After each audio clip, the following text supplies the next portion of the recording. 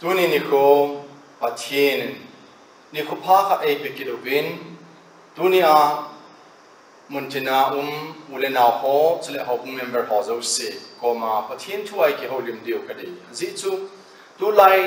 lockdown se in dei bangin hobin kai thei povin hi zong le naum namun chewa dunia hi chi patien thu gil hi ingai khom devin ka hin tiami e chu patien thuai ke holim sang bin pa koma pathina ka chum nom he pakai patien nang man chun nei hilim lang kam namun chewa thagau thieng nei pi bin tin jisu mina ka taw hi amen so pite ho tu lai hin ga sei dok nom hi mi him leisit chunga hi kinep na nei lovin a ki hing thei po ne a hin lai kinep now hi ipi ham ti hi tunin ka ngai to na hi le ichi pathian le khabu thinga ezekiel thim gawin a sei hi tu chungin tuni ni khu phana e khodim deu ka ne he tunia title tunia pathian try khodim na di ba ka dei sa chu mi hema kinep na zo se a ki chai nunga pathiana kinep na na lai hi ti sei ki khoi hodim deu ka nom ne mi hema kinep na zo se a ki chai nunga pathiana kinep na lai hi ti ichi to ki hon chun bible choyo sin bible photo di ba ka dei chu ezekiel bong som thum la segina chang khan apat som la li a hin abona kan sim lo din a hi bangin a ho lai zo si in sim ba eng tholim khom de bin pathian benen ka hin te ben hem echun ezekiel bong som thum la segina chang khan a chun ka chunga pakai put a hung chun chune aman pakai thagawa konin ei pui to tan phai cham lai lunga khana chun ei to sa tan hichilaya chun mihim gule chang zeng ama anadim set ne hiti achun ama gule chang la zenga chun ei pui le len a hi le bethan phai cham sunga dim set chu gule chang atam ta ana umin a him chule vetimin upon sao chu agosu thangjin chi a hitai pathian thu simnau pathian pathe bo phanlang dunia ezekiel bible sunga ekis hodim na di ba ka de sa chu ham tere ezekiel bong som thum na sagina hi ezekiel them ngau le pathianin hichi ezekiel apuya chu hichi phai cham thina phai cham a hi lo le hicha chun thina phai cham go ho go sa hin kit na mun a hin he lai mun chu ezekiel them ngau chu pathiana puilu chana ben he le o hichlai mun chu mun zo se chu iga ka ting hai le gu ho zo se chu agosa in amine ali chi gu agosa ho chu iti hin kit ham ti hi ezekiel pat le pathin khona hin a hin hichi masanga chun chi a background tham khat ka se lo no min hem ya chun judate hi pathinin athan tum te mi hi in ahin la juda gam hi pathin phathei bu na chan wangin israel tel ahin pathin hingsing pathin chun ke ma hin hodinga na pathin ka hin nang ma ho chunga ke ma vai hom ka he ati in ahin la israel mi te in akinep naw chu pathina thei talovin akinep naw chu leng chapatel mi hi ma kinep na anane khataw na he hitilai chun israel mi te in pathian ko ma chun ke ho zong leng leisina ki ngai na ding leng ka ngai sa be ti in anathum ta na he hitilai chun pathian in kum sang khat som nga bc kum sang khat som nga chun pathian lung dei hilovin pathian phalpi na chun pathian in israel mi te chu leng anape in ama chu sol leng pa na ke ti he so leng pa in vai en homin chu zo chun abanin kup sop lizobin leng david in leng vai en pun kum som lima en pu in kum som lizowin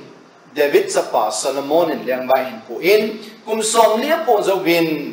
solomon hin alung thima hi leise thu ho jing an ngai tu in thia chun zizong zasagi wal anane in chi chun hitabang chun hin khu anaman pha chun pathian lung hai na chu ana chu zo ta pon he hitabang pha lai chun solomon lengam hong ki chai chun lengam chu hong ki khan ta in hila chun lengam hong ki khan na chun ya chun salam gam le thanglam gam ti in aki khanin salam gam kai chu northern kingdom a chun leng ki vai po na a chun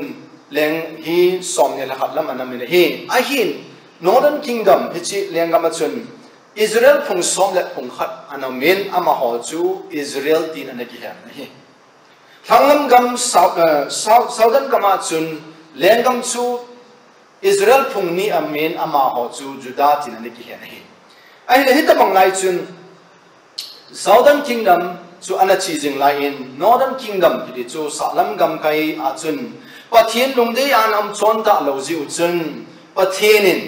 Israel te chu zep na ne in Assyrian mi te ho in BC zanile zasagile som 722 zasagile som ni lani kum chun am ho chu so la kalin anakai mong win Northern Kingdom phung som le phung khat chu tu ni chan ge hin kinung le ta lovin an am ta ben hi a chu am ho hi Israel phung mang kitiere the lost tribe of Israel tin jong anaki heaven a hi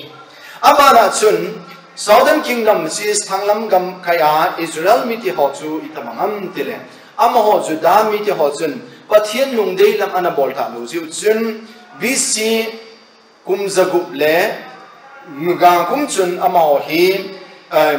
Babylon mi te Nebuchadnezzar hongin agamu chu hin lo ta en chila chun Israel akon Judah ko na Jerusalem ko na chu mit hi mi ching ho le hiya chun Daniel le Sadak mes emeni ko hong chu kai mang anam me ti chu lengte thotni nam lengte ni na bung som ni di sang khat a ki mu in Daniel bung khat sang ni na chun anaki mu ne hem ani chen in Nebuchadnezzar lengpa cha hong ki in at ni ve na hong kai ki bin BC kum zanga le sompol sagi kum chun hilai chun Jehoiachin lengpa lai chun Jehoiachin jong akai mangin chule hilai mun achun Ezekiel thim gao dong hi anake kai mang tha hin lengten ni na bung som ni la li chang som na ni chule Jeremiah bung som ni som nga la ni chang som ni la ge chule Ezekiel bung khat chang ni achun akimuki le him athum chen na achun Jerusalem hawin pathin atun do sa Solomon leng panana sa Jerusalem hawin Jerusalem temple kiti chu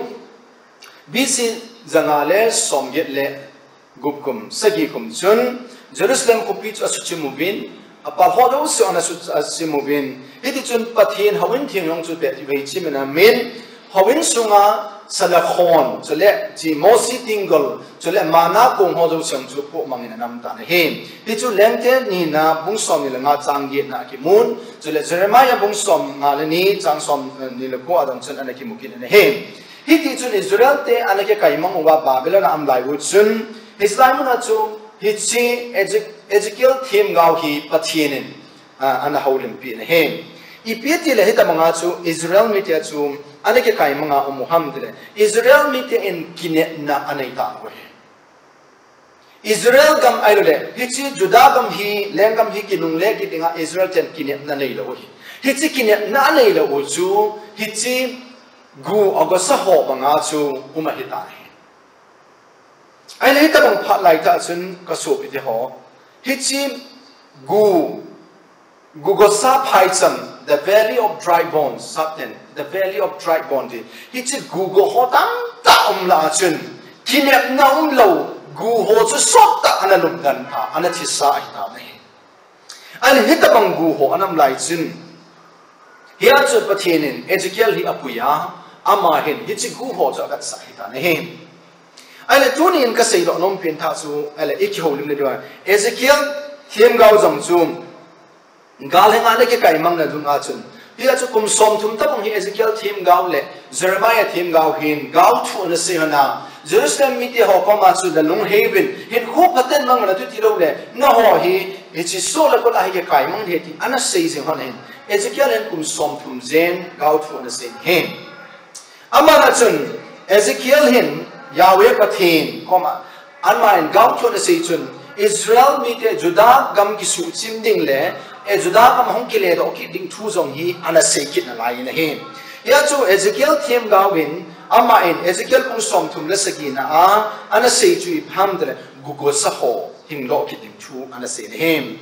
ya chun la chu Israel hong ki le do ki ding thu ana sei na chun BC zangale som thum le gup kum chun Babylon gam chu Middle Persian te ho in Cyrus lengpa hi na in ana lokit ta win hiti chun Babylon so hinawa kunjut kaimong anam kidwin Medo Persia anam tao nehem ale Medo Persia anam layutsun Cyrus kiti lengpa hichi Medo Persian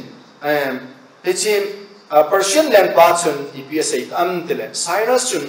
Israel te kilung leding thu hi lekha anaji in anamudok ta nehem hichun Cyrus na say to Israel te hi kilung agamuba nung sol kiding sule amma ho apathin nu aki hodiu ahawin wa mai chama ki sim diu amma ho chon chan khan chan culture holong su ahi bom bom anu man ki digin thu apita ne chu go eleven Cyrus in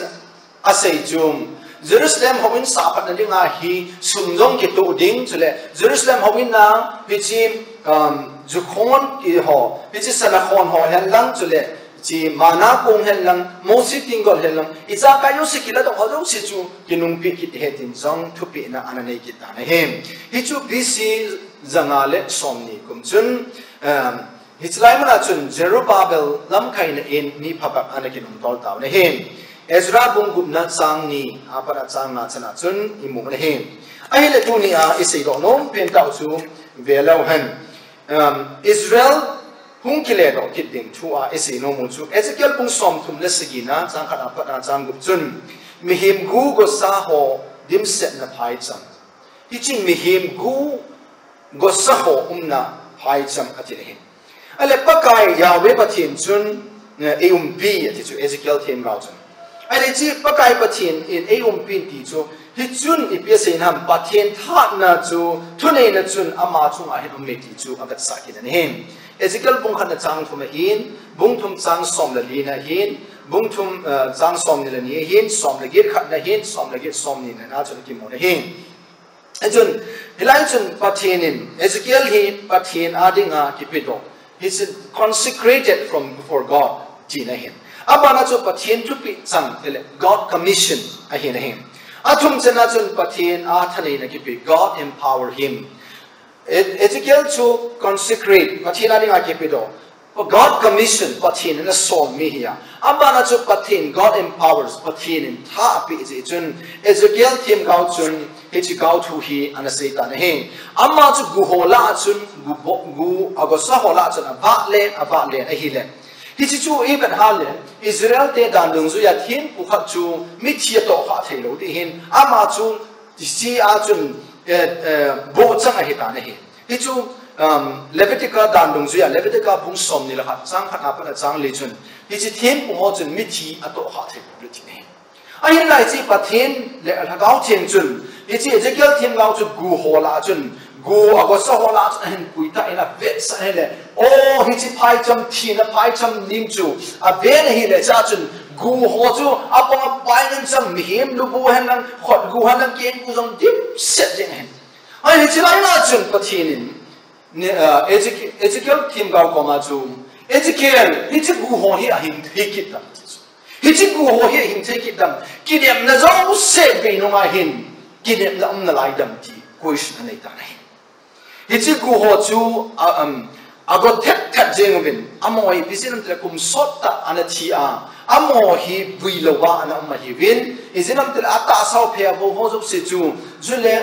bana balai zola len ba cha hole mu van lai hole wanga ho hen lang za ho sa ho ani chain agu bo umai ta thim tu jong kang ga hitan hi chu chu ti ki tham ti ne ichut pathin na don na chun mi him cha pa hi chi gu gop sa ho chu a hing thei ki dem an su chu pi hi dam gu go sa ho chu hing thei ta lo di ti a hi bangin Ezekiel thim gang se chu pakai nang man henai pakai nang man henai ti chu pi ba sa ham tile pathina ding in thil ha sam boy ti chu ki chin ta in abat sa he pathin lo pi na chang dunin he chen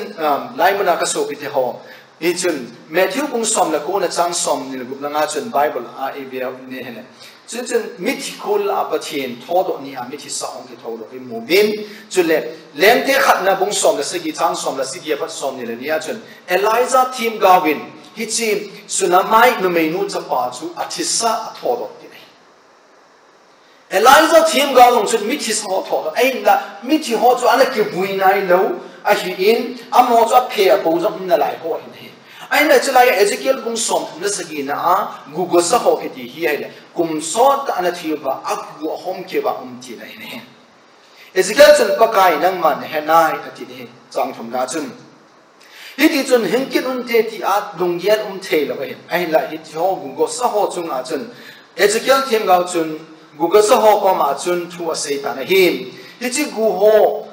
na khang nei lo ho ko ma na khang angai le ding nei lo ho ko ma chun Ezekiel in Google sa ho ko ma chun Yahweh pathin in hi ti na sei ngai un ti se na mi ti le Ezekiel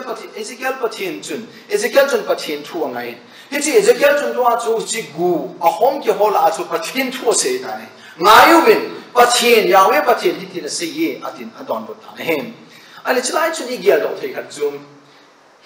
koi hiza hisi gu alubu hom cha ke ho chun thu ngai thei da ham ti le sim til bu chun Genesis a chu de ti ha le Genesis bung khat langa chu i ga an le bung khat sang thum na chun pathinin va om han atile le se a chun va hom do ta ne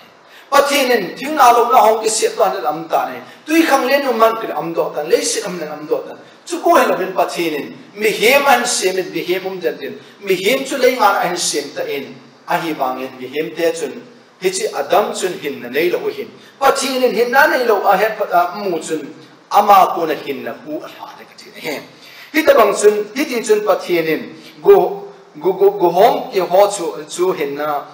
hu ka pe de ka hi a ti ta na hin it's like a hu akati ti ha le Hebrai pa chun ru'a akiti ne ru'a kiti chui ham tele cha chun thagau hin na hu hai na hu akiti ne Genesis bung ni na chang sekina a pathini mi him pan sima ama ko na hin na hu a tha ko ma ang hin wa nga chu hi cha chu Ezekiel thim gau chu pathini amma hi chi mi ho ko ma chu hin na hu ka pi de he ti ana se ki ta ne chun ke ma in hi cha chun pathin ke man thagui ka pi a phelabo ka pi a bun a ka tum zol ding chule hin na hu ka pi de he changum na sun sei ta ne ya chu hi chi gu le chang ho chu ang hin do ki na dinga gu go so hong han la ki dinga si pi nga am ta thagui pathin sei pa chun thagui hi chi a gu ho chu ama gu ho chu a khot go ken ho chu am na mun cha chun hong leng mat ta win hi chi thil ki dang ta he thil ki dang ta su he ang leng ma na ki zo ma na chi chun thagui en to men abanin bole phe en an to min ai le so chun amo chu a hing di bo le ipisenam tla hai na hu nai lo hin na hu nai lo hi se chun hi chun Ezekiel thing ngam ke man la we pathin ka hi ne he to the na di ben hi chi na he ka to li hi tin hem ai le dunia hi ta banga sa gu go ke ai le gu ho agosa le hi ta banga chi na phai cham a ki jam ta gu ho chun hin na an nei na dinga chun ipi ham itium thei da ham ti hi ka ngai to ai le tu ni in e ho zo sen tu lai pha na e kia do de ba ka se lo mom chum thagawa thi sa le ki ne na nei lo on chom pathin hin na ne hi ti ta san ba ta san na thagawa chu ki ban tim ha i tiang le ho hi hin do ki de ti hi it's lai mun a hin agat san hin agat san an ka se lo mom chum tu lai ka dam mo ai lo le the hasan tu ai le gan thi hasan ai tu lai ta hin ikin na zo sim ma ngai ta ne Bengal context se lang palal bol ho ai lo le business bol ho and business also restaurant bol ho it zo se ki chai ga ma hita in ikin na be hita ne ai le hita bang lai chani ta ma ai le Christian en ko ading in zong hobin ki kai thei ta lo hobin a long ki chi thei ta lo hita bang im lai chun ikin na zo se manga chule e ho zo se thing ba ba ki sa tha go ga ma ki sa na ki pai ha ta ma ki hita ne tu lai dem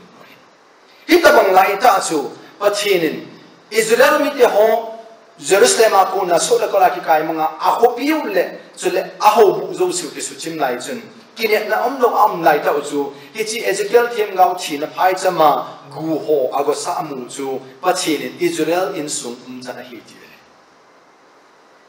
ya le gu ho chu aung ki loi khomogin Ezekiel them ga ben hita mang thu gu asai lai chun gu ho chu aung ki khomogin ti chun gu ho chu ben ai le pathinin Ezekiel koma nang ma tawin lang hi chi gu ho koma chu sein hin na ka pi ki the thì na aku na am nào kun chun ang ki chok ngam ai le pathin in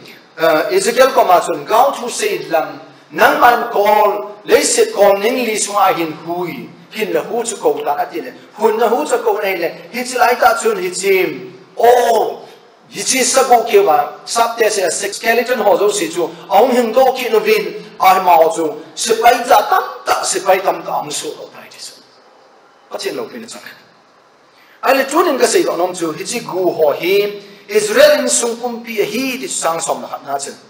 ai le chi Israel in sungkumpi Northern Kingdom le Southern Kingdom hi yong le Israel am ho zo se Judah te ho Jews te ho zo se chu am ho hi chi akinep na zo se pe ba go sa ba ma me ti chu abat sa hi I piselam te le bevin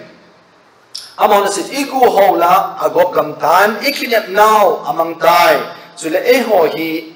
thing ba ki sal ha go ta bang ita be ti so na salam gam kai lang ham lang gam kai yong la leng gam te ni a chen kinep na him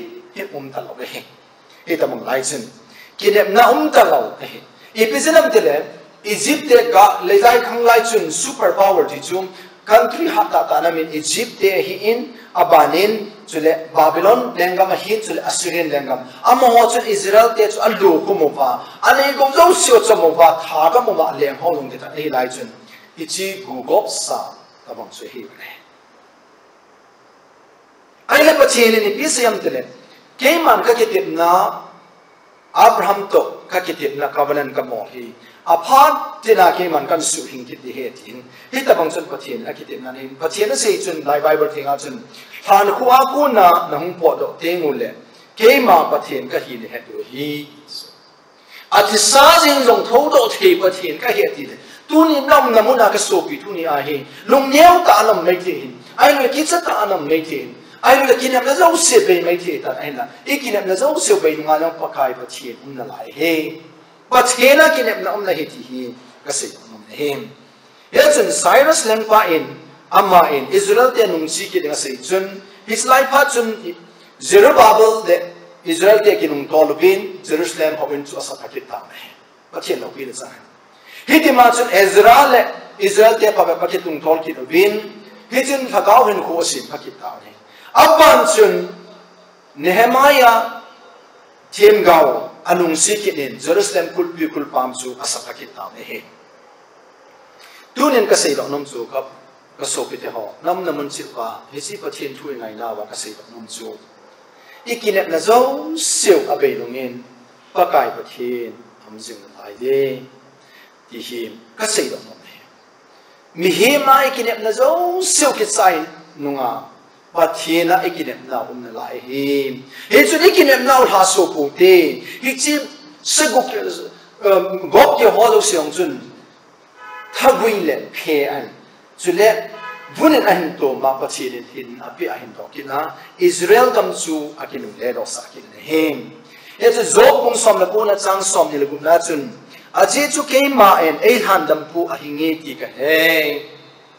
aji chu ke ma nei han dam a hinge ti ka he a khon ni le se chunga hung pan sa de ka hi ta bang hin ka ta san na hun tol hazing zong le ka kilet na musik ai ti job chun ka ta sa pum pi hi go hazing zong le ka kilet na musik lai ti I know that my redeemer live 800 pu a hing ka so pi taw tu ni ka sei do nom chu il han dam pu i pa ka yu him ze hi ikinep la zo so mi hi ma ki la zo se mong nom pa thi la ki ne hu de pa thi na ki ngai hu de ka ti Isaiah bu som ni lang a chang gi na chu pa ka yan thi na chu ton sot gi ya dingin abal hum in din pa kai pa thin mi te maya mi li long zo se ka thi ko de hi ka so pi te tu ni in ka sei lo nom so nang zong hi chi thi athisa gu go sa ba nga so anam na hi ta na tu ni pathina ko na hin ki ta me chi ka sei lo me gu sa ho ba nga umma hi zong na chun pathinin imil hi wan thi hula pathina im ju he ti ka ki ne ikinep nau zo se ki chai nu nga zong pakai pathina ko na hin na tam na lai hi ti het Ezekiel bung som thum la sagina chang khana pa chang som sunga Google sa ho zen zong hi hing do thei kit na ahi a Israel media dinga gal army sipai tam ta banga hing do kit ne tunin za ho zo se pathena ekibel pathin ibel kidupa pathin thu chui ta san po hal Ezekiel chen ga ba chi Google po hing dinga ta san lo bi lo ben pa kai nang man henai ti bangin tuni in e boy na zo seo ki ha san zo seo pa kai ya bi hitin pathin nang man henai na lunga hil pa kai nang man dei ki le ro sa ki ti nang a ko na hin na su nei pe something do you see yourself as dead nang ma tu le chia le ki ba hopeless in em na nei lo ba na mam dried up ago sa ba nga le ki mam ai lo le akisa jeng ba na ki ngai to the Lord give life today but in with all of in that beginning and hope to the hopeless in em na nei lo ho in em na e pa be will you place your trust in him nang ma in la ta sa na chu pa thi na mai na dunia ikirem na zo seu mi hema kirem na zo se ke sai pa thi na na mai et ikye ho lim now pa thi o sa le in mai zo se ko sa ba ma sa lo ke na lao le ta sa o pa le